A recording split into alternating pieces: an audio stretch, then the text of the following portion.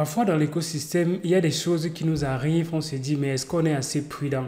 Bien qu'on pensait avoir pris toutes les mesures de sécurité, avoir fait le maximum de rester à l'abri de certaines choses, mais quand certains événements surviennent, on se demande mais est-ce qu'on avait finalement fait ce qu'il fallait? Mais on doit plutôt apprendre de ces erreurs-là, apprendre, rentrer dans comment est-ce que les choses sont arrivées et voir où est-ce qu'on a fauté dans l'optique de ne plus tomber dans ces pièges-là par la suite. Je vais vous raconter une histoire, mon expérience personnelle. J'ai moi-même été victime de cette arnaque.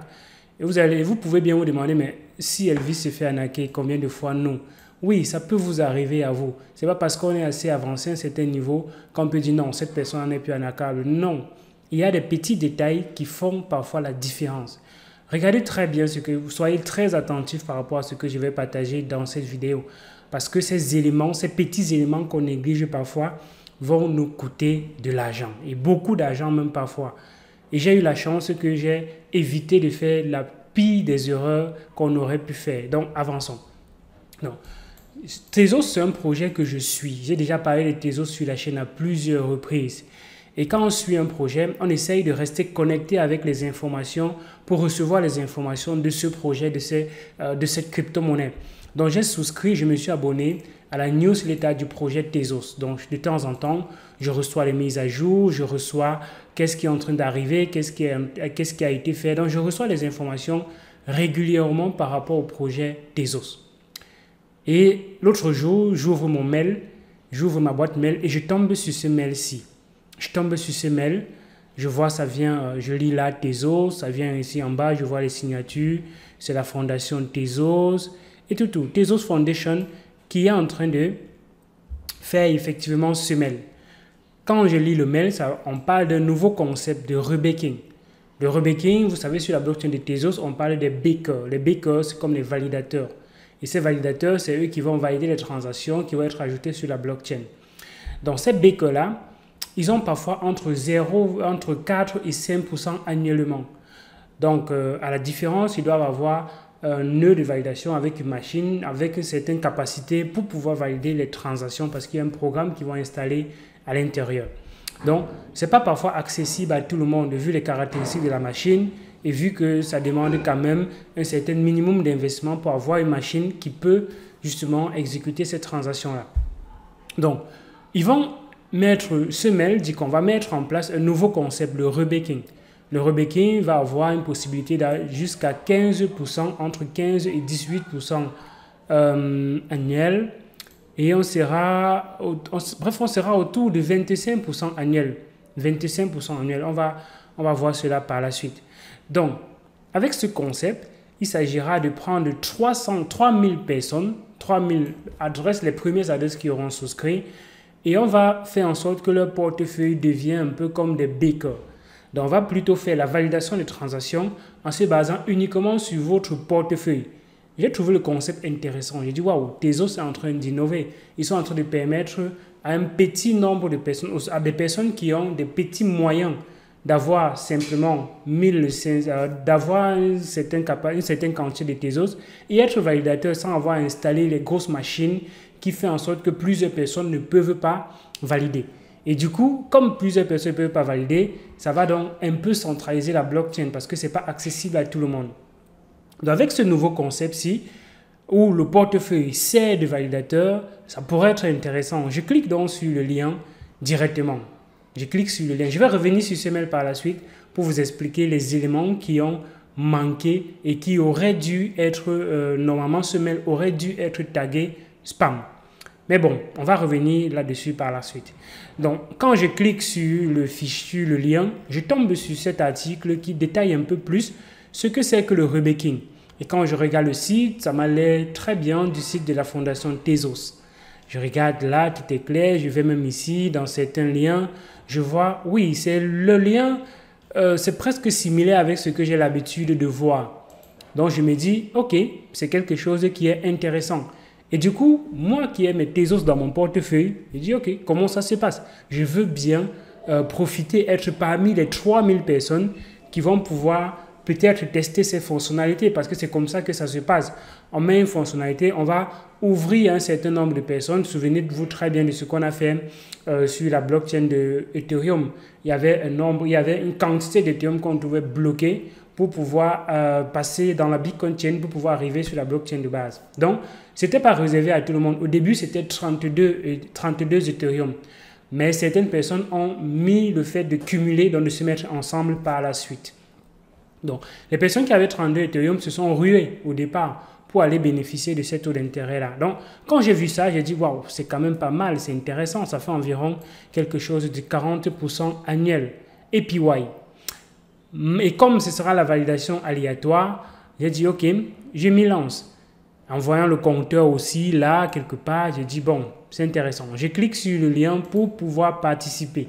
Et quand je clique dessus, ça me renvoie vers un endroit, vers un portefeuille, vers un web wallet, d'un portefeuille en ligne. Pas un portefeuille où on a installé une extension. Et ce genre de portefeuille, ça existe. Même les bitcoins, ils ont ce genre de portefeuille. Donc, j'importe une phrase mnémotique, je vais dans le processus, j'arrive bien et je vois qu'il faut 1000 Tezos pour pouvoir valider. 1000 Tezos. Quand je vois j'avais 1000 Tezos dans mon portefeuille, j'effectue la manœuvre et j'ai effectué la transaction. Quand j'effectue la transaction, je vais maintenant dans la transaction que j'ai effectuée ici et je vois que l'adresse qui reçoit la transaction n'a pas reçu beaucoup de transactions. Quand je vois l'adresse qui a reçu ma transaction n'a pas reçu beaucoup d'autres transactions. Vous voyez? Et là, ça commence un peu à attirer mon attention. Ça commence un peu à attirer mon attention. Je dis, mais si c'est une adresse qui est normalement avec 3000 personnes qu'on veut et que c'est une opportunité qui est intéressante, mais qu'est-ce qui se passe? Ça veut dire que normalement, il devrait déjà avoir beaucoup de transactions. Parce que quand j'arrive sur le site dont tu me dis, je vois quand même le nombre est en train de baisser. Mais quand moi je fais ma transaction, je regarde l'adresse, je vois il y a environ une seule ou bien 2, 3, 4, 5 transactions qui ont été faites comme ça. Et c'est là où j'ai commencé à me questionner. J'ai commenté un peu à remonter. J'étais déjà en train de faire une vidéo. Souvenez-vous très bien, quand j'ai vu cette opportunité, j'ai directement partagé avec la communauté. J'ai fait la vidéo en même temps que j'étais en train de faire les transactions. Parce que mon souci toujours, c'est de vous permettre d'avoir également accès à un certain nombre de choses que j'ai moi. Donc dès que j'ai eu l'information, j'ai dit, je ne garde pas ça pour moi, je partage directement avec ma communauté. Parce que dans mon mail, ça venait de la fondation Tezos, dont j'ai l'habitude de recevoir les mails comme on peut voir d'autres mails. Ok?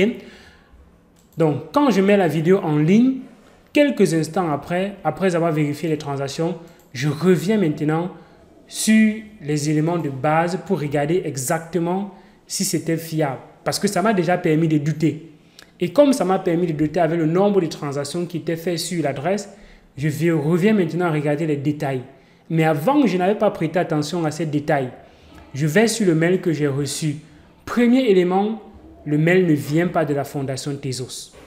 Quand on zoome là, on voit que le mail ne vient pas de la fondation Tezos. Le mail vient d'une adresse comme ça, multisolution.com. Et en bas, devant, on a mis Tezos Team. Mais ce ne sont pas les éléments sur lesquels je me suis appuyé quand j'ai regardé le mail. Vu que j'ai l'habitude de recevoir les mails de Tezos, j'ai simplement vu ce mail-là comme un mail qui entre d'habitude comme d'autres mails. Ok? C'est là où je regarde ce premier élément-là me dit déjà que, bon, en fait, je viens de me faire prendre. Et dès que je vois que je viens de me faire prendre, j'arrête directement la vidéo. Je mets la vidéo en privé et je mets devant la vidéo que c'est un scam. Donc, dans le nom de la vidéo, je mets directement un scam. Donc, ça aurait été plus grave si j'avais utilisé l'adresse de mon portefeuille principal pour donner ici comme phrase mnémotique. Si j'avais utilisé ma phrase mnémotique de mon portefeuille principal, je leur aurais donné ma phrase mnémotique de mon portefeuille principal. Et ils auront donc accès à toutes les crypto-monnaies dans toutes les blockchains où j'ai utilisé ces phrases mnémotiques-là. Donc voilà quelque chose qui m'a sauvé. Parce que quand je vois des opportunités, je n'utilise pas directement mon portefeuille principal. Je mets dans un portefeuille secondaire et j'utilise ce portefeuille secondaire-là pour pouvoir me connecter sur d'autres plateformes pour éviter d'exposer mon portefeuille principal. Donc ça, c'est une petite façon de faire qui m'a aujourd'hui sauvé et de perdre uniquement les Tezos que j'avais dans le portefeuille que j'ai mis à disposition de cette plateforme. Vous voyez? Mais plus tard, quand je regarde, je me rends compte que le site qu'ils ont renvoyé n'est pas le site réel de la Fondation Tezos. Le site de la Fondation Tezos, ça sont des éléments que je n'avais même pas regardé. Même pas du tout. Et c'est ce qu'on appelle le phishing, justement. Ça, c'est du phishing. Le site de la Fondation Tezos, c'est tezos.foundation. Et quand on arrive sur la page d'accueil, c'est à 2 doigts similaires. À 2 doigts. Je suis sur la page d'accueil du faux site, ici. Je suis sur la page d'accueil, ici, du vrai site. C'est à quelques différences près similaires. Quelques. Les liens, c'est pareil. Si tu cliques, tu auras les mêmes informations. Ils ont fait une copie. Copie carrément.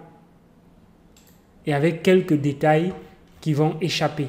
Ces petits détails-là, on ne les regarde pas parfois directement quand on est en train de faire, en fait, qu'on est déjà dans le feu de l'action, où on a vérifié les premiers éléments de base et qu'on voit que c'est correct, on peut se dire, ok, c'est une opportunité, je la saisis. Le lien ici renvoie bien évidemment vers le lien officiel du tuteur Tezos. Le Reddit, ça renvoie effectivement vers le Reddit de Tezos. Mais d'autres liens qu'il y a ici, ça ne renvoie pas vers l'adresse qui est mentionnée. Et normalement, Yahoo aurait dû taguer ce mail comme étant un spam. Normalement, Yahoo aurait dû taguer ce mail-ci comme étant un spam. Mais comme ils n'ont pas tagué ça comme un spam, c'est arrivé et j'ai eu les éléments pour me faire croire que c'est la Fondation Tezos. Parce que dès que j'ai ouvert, je vois Tezos. Ça ressemble à d'autres mails de Tezos que j'ai l'habitude de voir. Et voilà. Erreur de débutant quand même. Oui, c'est ce qu'on va dire, que tu te fais avoir comme un débutant. Mais ce sont les choses qui arrivent. Parfois, ces choses-là, quand ça arrive, on ne se rend pas compte qu'en fait, on a été trop pressé. On a baissé la garde. On a fait simplement confiance au type de mail qu'on a l'habitude de revoir. Et c'est un peu comme, c'est comme ça qu'on procède avec les mails de PayPal. Ça vient, ça te dit, ok, PayPal a fait ci. Tu cliques sur le lien, ça te renvoie sur une interface où tu dois mettre tes informations de PayPal, alors que ce n'est pas le bon site. C'est ce qu'on appelle le phishing. Donc, quand je fais cette vidéo, c'est pour vous exhorter à être plus vigilant. Moi, j'ai perdu de l'argent, ça ne me dérange pas trop parce que ce n'est pas un très gros montant. Je peux me permettre de perdre cela. Mais imaginez-vous que c'était un montant que je ne pouvais pas me permettre de perdre. Bien qu'on dit quand on est dans les crypto-monnaies, on doit investir ce qu'on peut se permettre de perdre. Mais imaginez-vous, c'était le gros de mon portefeuille. Comment est-ce que j'aurais fait? Donc, ça m'appelle à plus de vigilance. Ça m'appelle à ne pas peut-être sauter directement sur les occasions quand ça arrive, même s'il y a une certaine précipitation, prendre toujours la peine d'aller vérifier ces informations-là à la source. J'aurais au moins dû vérifier que le rebacking, c'est un nouveau concept qui est lancé par Tezos. J'aurais pris sur Google, tapé, voir si c'est effectivement la fondation Tezos qui propose le rebacking. Et je n'aurais pas trouvé ça sur le site officiel. Je serais tombé sur le site officiel et j'aurais directement essayé de voir qu'est-ce qui manquait. Et quand on va même sur le site officiel de Tezos, on va voir certains sites qui ont déjà été tagués de spam. Dans les spams qui sont connus, les scams qui sont connus. Et effectivement, l'adresse du site qui a scammé apparaît là. C'est cette adresse-ci, foundation.tezos.io. Donc cette adresse-ci a déjà été taguée comme une adresse de scam sur la plateforme. Et c'est maintenant-ci que quand j'ouvre l'adresse du wallet qu'ils ont envoyé dans le premier mail, ça me renvoie vers un site que Google Chrome a aussi tagué comme scam. Mais pourtant, la première fois que j'ai ouvert cela, Google Chrome n'avait pas tagué ça comme scam. Mais maintenant, quand j'ouvre le site, c'est déjà tagué comme scam. Vous voyez un peu, la rapidité peut faire en sorte que certaines choses nous échappent. Faisons très attention, c'est une vidéo qui doit te permettre de réfléchir et de ne pas sauter sur les choses comme ça dès que tu vois et tu te précipites. C'est ce qu'on appelle un peu le FOMO. Et j'ai effectivement fait du FOMO dans ce que j'ai vu. J'ai vu une opportunité qui me dit, ok, il n'y aura que 3000 personnes qui seront sélectionnées et ils sont en train de partir. Et je n'ai pas justement pris la peine de vérifier certains détails. Dis-moi ce que tu penses en commentaire de cette vidéo. Est-ce que tu as appris de cette arnaque? Est-ce que tu vas aussi te faire arnaquer comme moi? Je t'attends dans les commentaires à d'autres vidéos sur la chaîne Elvis Konjo. Ciao.